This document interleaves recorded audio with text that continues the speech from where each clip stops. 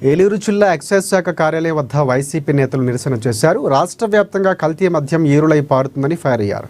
CM down కల్తీ మద్యం నిషేధించాలి అంటూ నినాదాలు చేశారు. రాష్ట్రంలో చంద్రబాబు ప్రభుత్వం ఏర్పడిన దగ్గర నుంచి కల్తీ మద్యం తాగి ఎందరో ప్రాణాలు అర్పించారని వైసీపీ మహిళా అధ్యక్షురాలు కీసరి సరితారెడ్డి విమర్శించారు.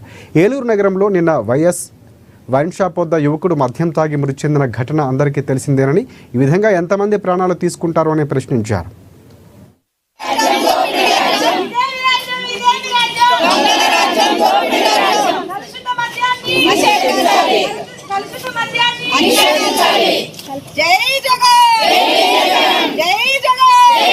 మన రాష్ట్రంలో మద్యం ఏరులైపోతుంది.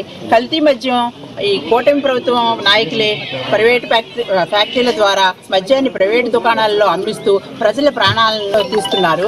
ఇలా మహిళలందరూ మా తాలిబట్టుని కాపాడండి, మా కుటుంబాలు చిన్నాభిన్నం అవుతున్నాయని ఇలా రోడ్ల మీదకి వచ్చే పరిస్థితి ఏర్పడింది.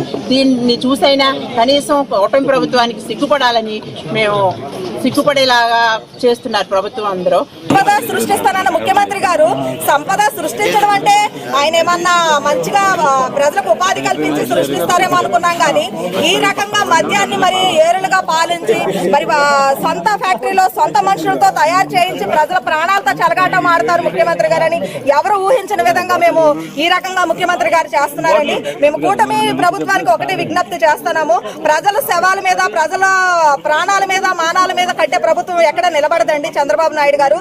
మరి రాష్ట్రంలో ఎక్కడ చూసినా ప్రతి నియోజకవర్గంలోనూ ప్రతి చోట కూడా మంచినీళ్లను మందు వేసుకునే మందు బిళ్ళలు దొరకని ప్రదేశం అయితే ఉంది, కానీ మీ మద్యం, మీ కల్తీ నారావారి బ్రాండ్ కల్తీ మద్యం దొరకని ప్లేస్ అనేది ఎక్కడ రాష్ట్రంలో కనిపించకుండా ఈ రోజున ఎక్కడ చూసినా ప్రతి చోట మరి కల్తీ మద్యం అనేది ఉంది. నిన్న కూడా ఏలూరులో జరిగిన సంఘటనే దీనికి ఉదాహరణ.